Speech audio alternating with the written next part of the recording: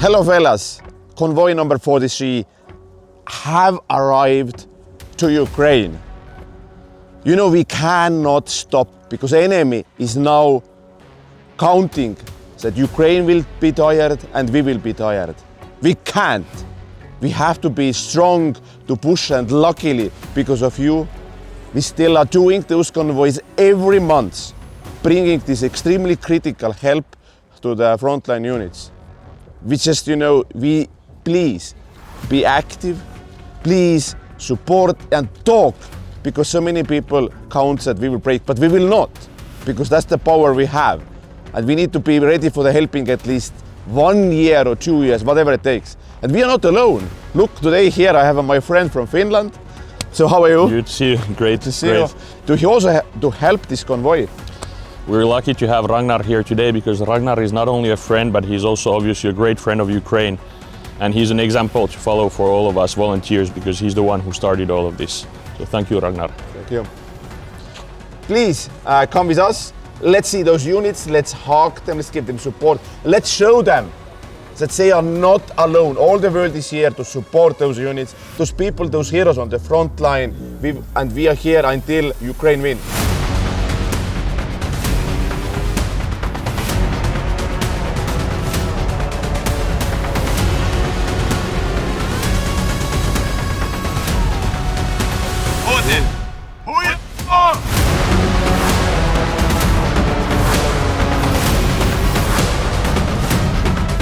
Don't forget to like, comment and subscribe. It's really important to us.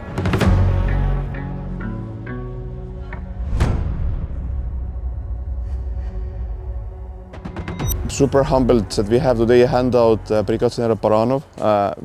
I believe it's the first time we have in our handouts exactly General. And by the way, this is car number 700. I actually was driving it personally to General, but he decided that there is more units who need it. Maybe first question, so this unit which we're giving now, the drone unit, tell us why they needed car and why you are so big, fan of this exact unit. Thank you for your question.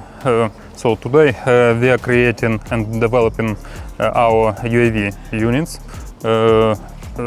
This car and another cars, they will go to a new UAV battalion. We are forming it. We need for them cars, we need people, we need exactly UAVs.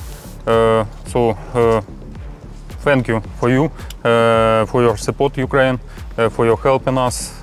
Actually, no, it's second your car than you are giving for us. First car had a very big war story. Even on the third day after receiving, we were damaged by rocket, but we repaired, and now its car also working in the same battalion. And it was also, isn't Land Cruiser, and you was under the Grad attack, or what was the rockets? No, it was exactly Uragan. Yes, in Kupiansk. Fortunately, I am and the driver, we are alive. But the car in that time was a bit damaged. Okay, but so I understand you have been now basically seeing all how war is changing. You was leading Ukraine artillery and drone basically vertical. Tell us now, so drones now is 80% frontline, or how you see, is drones really everything now in the frontline? How you see in overall for the army, which are the most important elements to basically push the enemy away? No, actually artillery will be always, but of course now war changing also economically, and UAVs are very cheaper than ammunition, so UAVs they use more often than artillery shells. Let's have now 1 minute of silence for all of the heroes who has fallen this fall.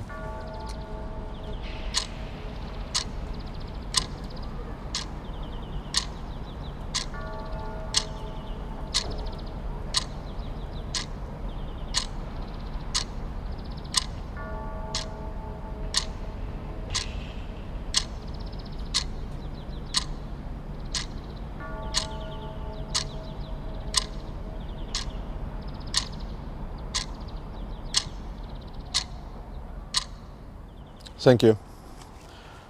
So if you go back to the drones, and we have already seen Hartia did full robotics attack. They had land-based drones and basically flying drones working together. Do you see that this will be the more and more active trends, that this war will be like a robotics war more and more?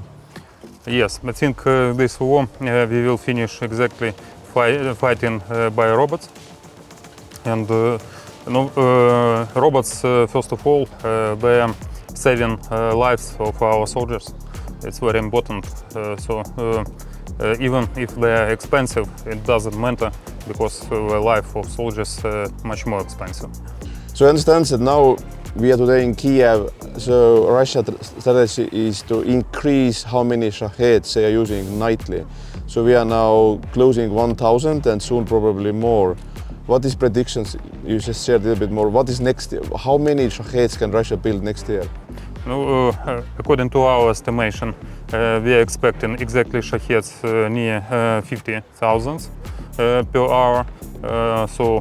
In this case, we should produce maybe 70,000 of interceptors, different types, and protect our cities, our country from this threat. This means that basically every Ukraine city and should have soon their own mobile groups against Shaheds, because they're not anymore attacking Kiev, but Lutsk and other cities and so on. And this is basically, and understand Shaheds, you cannot intercept around the border, but you are basically intercepting on the spot. How can basically Ukraine exactly be prepared that you have 2,000 Shaheds which going to the around Ukraine? So you need to build mobile groups everywhere now, or? No, they are created actually, and every city has their mobile firing groups, and our air forces manage this process, and they know they should be. Mm-hmm. But actually, even Lutsk has also mobile groups, and now also we will have the mobile groups who will have not only machine guns and manpads also, and UAV interceptors also. Okay, and as you're basically reviewing, let's also think about that. So Ukraine knows what to do and how to prepare, but Europe is in different position. What is your recommendations for the Baltic states, Nordics, how we could prepare? Because Russia probably one moment will test us. What is the most critical things that Baltic states and Nordics and Europe to change in our military to prepare for this conflict? We are ready to share our experience, so learning, and also we are ready to test your types of weapon in our territory to help your countries, and we can win only when we are together. Russians not fight alone. They are fighting with China support, Iran support, North Korean support, even with North Korean soldiers. So it's a union against which we are fighting. Be with us, and we are ready to fight. So the key element is cooperation. So anyone who is watching us, if you know people who is super talented, who can help to build new weapon systems or have ideas, or you have something, you know, Ukraine is open to test them and see them, because yes, this new war is tech war, and the only way to win is having more advanced things in the bigger quantities. Thank you so much, General. Thank you for work. Thank you. Have a good day.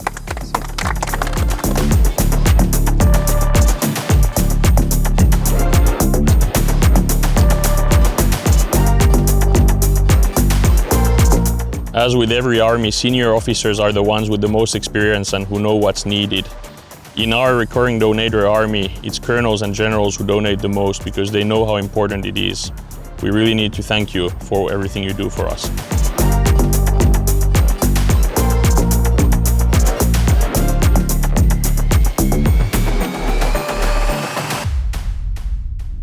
My name is Pierre and I come from France. I decided to come from my home I helped to buy a truck with my fund, and I drive this car to here, from Tallinn to Kiev. The first car, it's a Mitsubishi here. And yes, I funded it with Bitcoin. I sent Bitcoin to the organization to buy this truck. Here it was the first time I come here, and first time that I donate for this organization. I feel that I need to help Ukraine when I saw that there is other country involved on the other side with Russia, like North Korea and Iran. We need to help Ukraine to not be alone against this. And yeah, I wanted to help as an individual. When they will see the image of the convoy, all your video, and the explanation of the project, it can interest a lot of people. And yeah, that's really easy to contribute, and maybe you will also interview soldiers who will explain how they can use this truck, but I think they will probably say that it's helpful for them on the front line, so you can make the difference by involving yourself.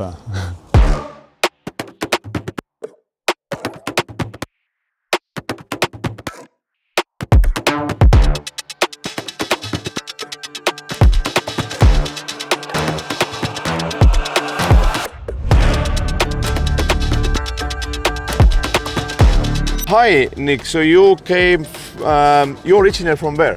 Yeah, I'm Brazilian, and I used to live part of my life in Ireland before I come to Ukraine. Okay, and tell first how your story started. Why did you come here, and what touched you to risk your life? Well, my story actually started by the beginning of the war and the full-scale invasion. I was living in Ireland. I got many friends, Ukrainian friends, that moved to Ireland, and they're telling me stories and stuff. And then I got friends that just came to fight here. And then I was trying to support them, like with donations and stuff. Till the Bucha massacre happened, and that was a game changer for me. Like, I just couldn't just sit in my couch and watch from home what was going on. At that point, for me, it was the last stand. And then I just made sure that I could see with my own eyes what was happening there. Mm-hmm. But you didn't have any military background. No, I do. Yeah, I've been in Brazilian military back in the day when I was a kid, but then I resigned and then I moved out. So you're basically in international league and under the GUR. Yeah, that's correct. In your team and so on, how many nationalities you have? We got a bunch of mixed European. We got Americans, Brazilians. We got also Belgian. We got a Latvian. So it's a really mix of internationals, and then yeah, we can just manage to work all together. Despite few jokes like in our own language, we all communicated probably good. Because communication is the most critical part in operations. That is correct. But yeah, we got used to each other. Can you share more what you do? Yeah. I'm a second squadron of the GUR Legion. We are a special activities team. And yes, that's pretty much it. I don't think I can share more information about AO or something like this. Okay. This team you have, is people stable, or some people are getting tired and going back to their countries and home? Everybody gets tired, of course, because it's a rough, like nobody's playing here. It's a rough job, but we keep ourselves motivated. Like donations like this keeps ourselves motivated because we can still just pushing and just working hard and striving here at the country. So of course, we have people tired, but we are here to motivate each other and keep fighting to you the day of the victory. When this war is won by Ukraine, would you go back to Ireland or you will stay in Ukraine?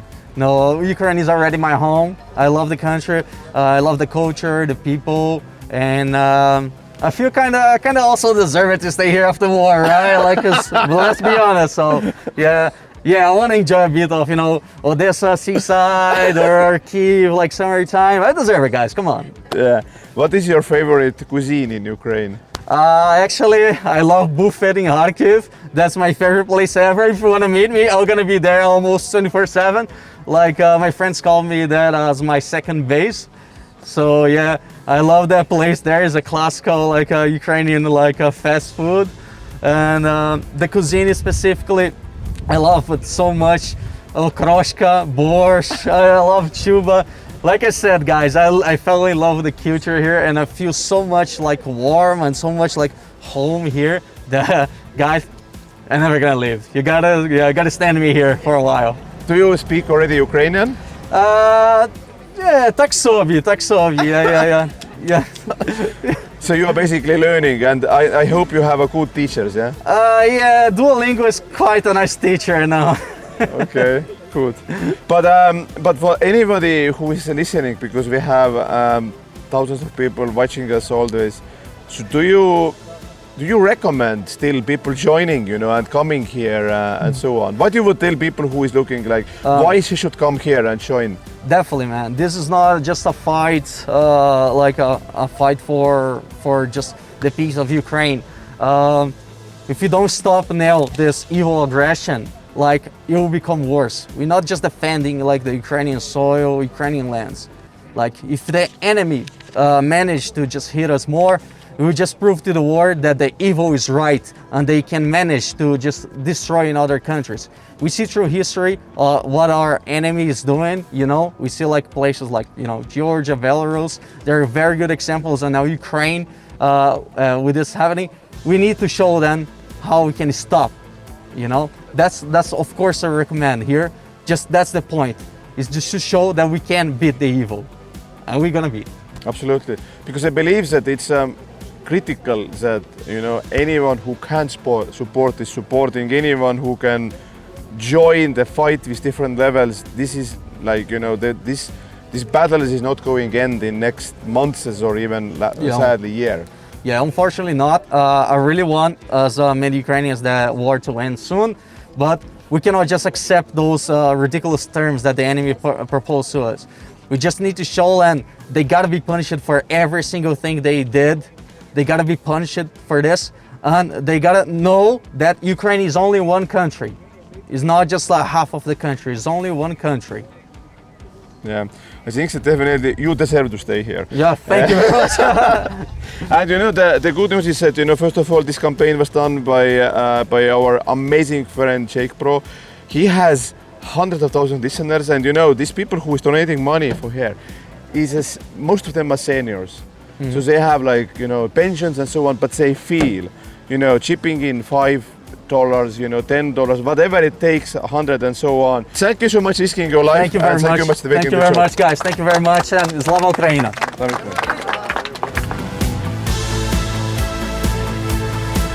Hello, Jake Broe. How you doing? My name is Nick, also known as Macaco, and I would like to say thank you and all your subscribers to keep your donations, because we got provided this vehicle now, and this vehicle is very important to our teams to keep the activities. This vehicle will keep our operations mobile, carrying troops, logistic services, and everything that we can do to keep fighting the unfair aggression here in Ukraine.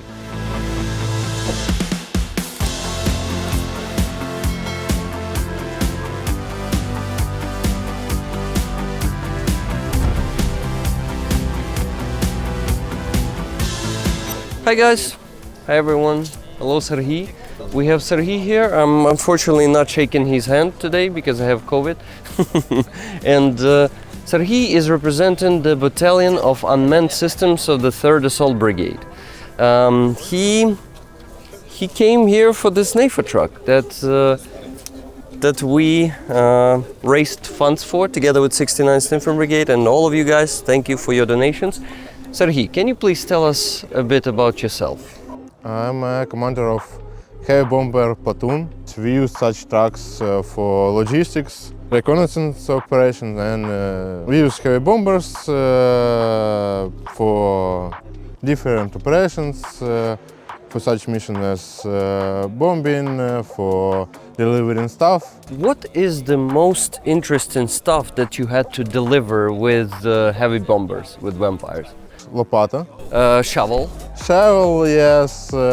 It sometimes happens. So usually it's provision, water and food. It's most often. Sometimes medicine. ammo sometimes, some hand instruments. Where are you from, Serhiy? From Kiev region. You're from Kiev.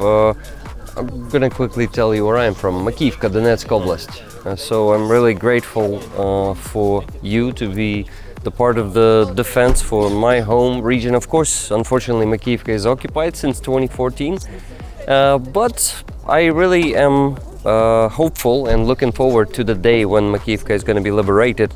I think we have all the chances to end this in the next 5-10 years with our victory. We just need never to give up, in my opinion. Do you agree with me? I agree with you, but we need to mobilize our resources and not spend money on, I don't know, luxury cars and luxury... Cobblestone, right? Yeah, but spend on cars, and spend on counter-UAV systems and, I don't know, guns, but not on the bricks, not on the grass, I don't know. Yeah, sometimes we do it in the rear, but you know, we are also here in the rear working to provide all of these trucks for you guys. So I'm really grateful to every Ukrainian and every foreigner who is joining the fundraising for this important equipment. Unfortunately, these trucks can live for a couple of hours on the front line. Yeah. I know the cases, but some of the NAFO trucks we handed over are still alive for like almost 2 years. So it's It depends, yes. yeah, it's matter of luck also. Thank you for sharing your story, and I want to give you these patches that helped us raise money for the truck, and you can see one of them on the side there in Drones We Trust. So since you're a drone operator and well, right now a commander of a drone squad, right? I want to give this one to you first. In Drones We Trust, the patch that is well, for me it represents the strength of Ukrainian ingenuity, of Ukrainian well, drone technology and drone drone warfare in general, and our strengths. So this one you see has that all-seen eye on it, and it's a modern one, it's a camera all-seen eye. So thank you for being a drone operator, innovator. I really appreciate it. A Patriot patch that that actually commemorates one of the best systems in the world for the air defense. So here's one for you too, and the funniest one we have here: "May the borscht be with you." Yeah. And it's a Ukrainian transliteration of that word, of that tasty meal that we have in Ukraine, the most famous one. It's one of the historical, cultural values. I forgot the word for that thing that we have in Ukraine.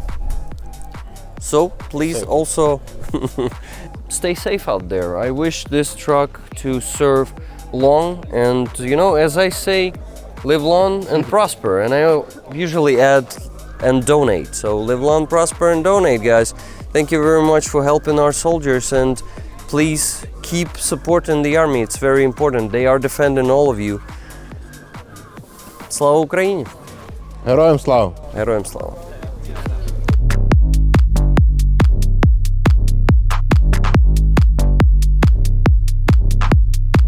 Рік, дякую тобі. Thank you for your help in purchasing this car.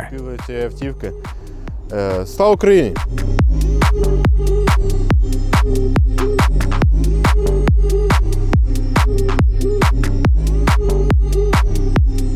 Every army needs its officers, and with our army of recurring donators, we also have officers. We have second lieutenants, NAFO lieutenants, and captains, and without you, we couldn't do this. So you are really important, and your donations really make a big difference. Thank you.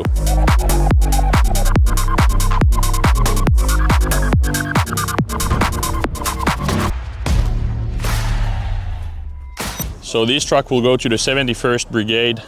Hello. Hello. Could you tell us a bit about your background and who you are and how long you've been serving? My call sign is Widow. I'm from the 71st Jaeger Brigade of the Airborne Assault Forces. I signed my contract in March this year. In the brigade, I am a combat medic and UAV pilot. And how is it possible to be both at the same time? That's right, a flying medic. And do you sometimes use both at the same time for the same thing? Do you sometimes use drones as a medic, or is it always separately? No, these are separate tasks. I operate the drone and, if necessary, perform my duties as a combat medic. And are you allowed to say where you are at the front now, where you're operating, which sector? Right now, we are in the Sumy direction. How is the situation there overall? It's hard, but this is war. Is there something specific that your unit really needs that is missing in terms of resources, trucks, drones, soldiers? What's the most needed that you're lacking the most? In modern warfare, drones are, of course, the greatest resource. In the current conditions, they are consumables, so they are very, very necessary. We understand that there are never enough of them. They are always necessary for carrying out our tasks, for mobility, and for quickly responding to enemy movements. And of course, there is never enough medicine in case of injury. It is also an easily consumable good. In other words, drones and medicine are the main areas for which there is always demand. Sounds good. This truck was from the Jake Broe campaign, and because of that, we'll give you a Jake Broe patch, and also actually another one from this, and it's a truck by Jake Broe. It's the number 141 that he has fundraised. So it's going for the... We are very, very grateful for this. How is it to operate in the army as a woman and as a woman drone operator? How does it work for you? Is it difficult, or is it has there been some challenges linked to that? Honestly, I don't see any particular critical difficulties specifically for women. The only thing that is emphasized is, of course, hygiene, because we understand the conditions in which the fighters live at their positions. But we are coping with that too. In general, there are no particular problems or any specific nuances. There are currently 2 other women in my unit. I hope there will be more soon, because it's a little easier with other women. We make life more comfortable and create a warmer atmosphere, even in the dugouts. So you're hoping that as many as possible join in the unit. Sounds good. Sounds good. Sounds good. Thank you. Thanks.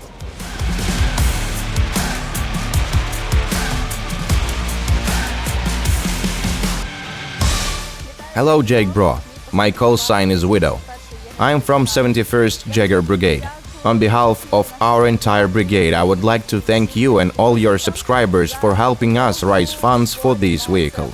It will help us effectively carry out our tasks in the Sumy direction.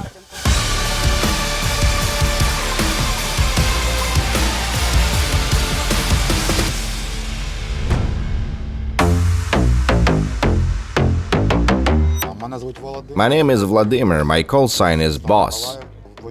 We fought in Donbass, in Krinky, in Zaporizhia, in Kursk. Let's end the talk about liberation of Bolsheviks. What you can share us, what was the most important things to prepare to liberate this area? We were urgently withdrawn from Mykolaiv. We moved overnight. At 6 o'clock we began the assault and cleanup of the city. With the forces of 2 battalions of our 36th Brigade, we restored the entire city in a week.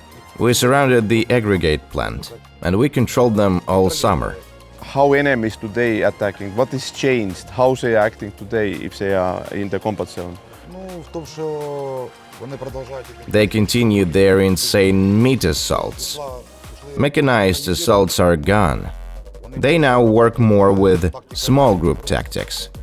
Raids on quadcopters, motorcycles and ATVs. If we take the infantry, they have 2 motorcycles with 2 people behind them. They fly in, throw them out, turn around.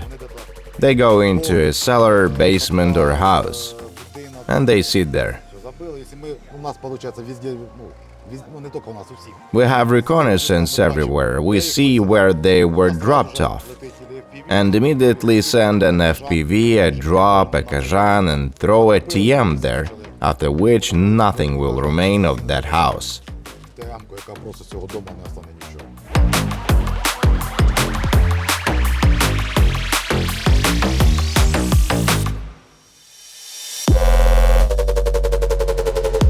I want to thank Brad and the Florida Battalion for their support and help in purchasing a vehicle that will work for our victory and destroy the enemy. Slava Ukraini!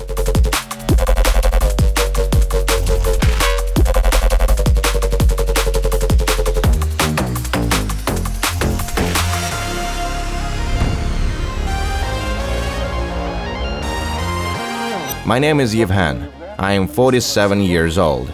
I began serving in the armed forces of Ukraine on the first day of the full-scale war, February 24, 2022. Do they do the training and the instructing of new troops themselves in the unit, or how does it work? Today, when we recruit and enlist new fighters, whether they are mobilized from civilian life or AWOL, they undergo training at a specialized center and then continue their training within our unit. He was talking about mobilized troops or people who are coming back. How is the motivation of people who are mobilized and who are civilians and mobilized now? Do they end up being good soldiers, or is there a big difference compared to the volunteers? Well, there is a difference, of course, because those who went to war on the first day of the war perceive everything in the same way, but now people are a little different. When you are there, in this structure among your brothers, you work. This energy is transmitted. That is, it charges you. If your battery is low, it charges you. Is it, I read that they are near Zaporizhzhia right now. How is the situation there for them? Is it more calm right now, or is it really hot? It's a difficult situation. There are no easy situations in war. Everywhere. There's no calm areas. We're happy to get this truck to your unit. It comes from the Jake Broe campaign, and because of that, we have a Jake Broe patch for you from the campaign. It's his campaign that funded the... Ми дуже раді вам подарувати цю автівку.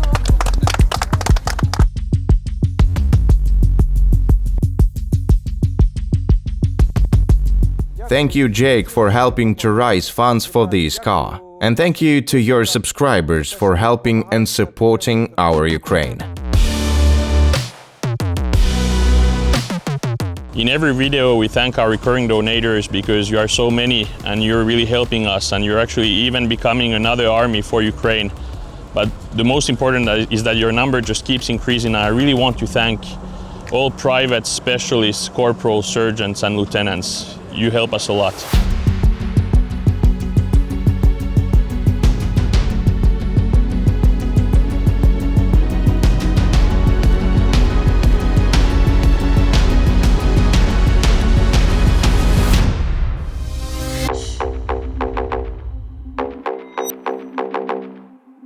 So this truck is going to the first detachment of the border guard.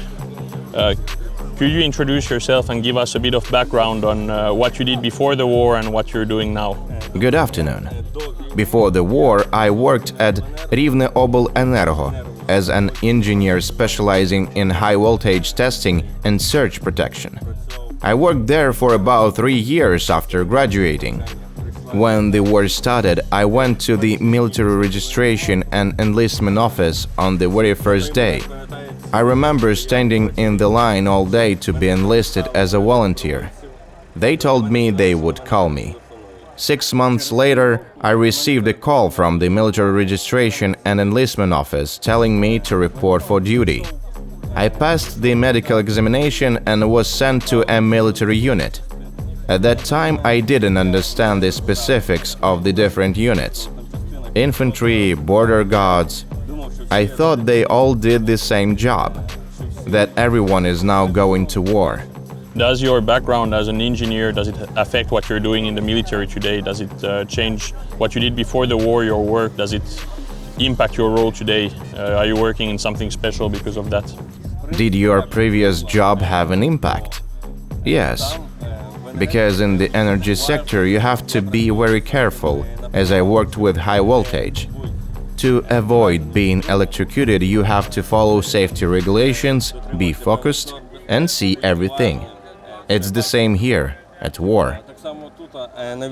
Is it true that you are near Vovchansk now with your unit? Yes. How is the situation there? The situation is difficult, but we're not giving up. We're holding the line of defense. How is the communication working between the different branches? Because you're in the border guard, but there are also probably ground forces units operating, working with you in Vovchansk. How does it work between the border guard and other branches of the military?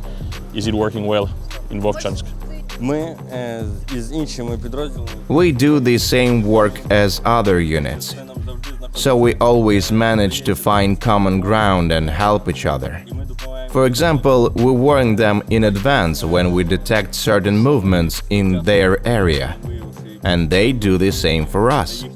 We also provide fire support, because if we work according to the principle we are in our area, they are in theirs, and there is no cooperation, then complete chaos will ensue and the results of our defense will be very poor. We're happy to give you this truck, and it's from this campaign, so you're getting this patch for you, and good luck with everything. Thank you.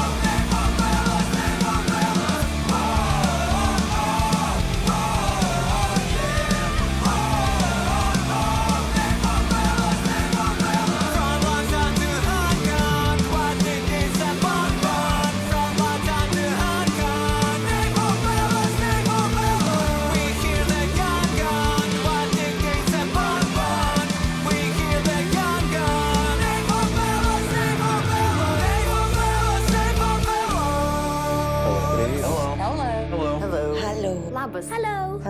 Hello. Hello. Hello. Hello. Salut. Hello. Sveiki. Hello.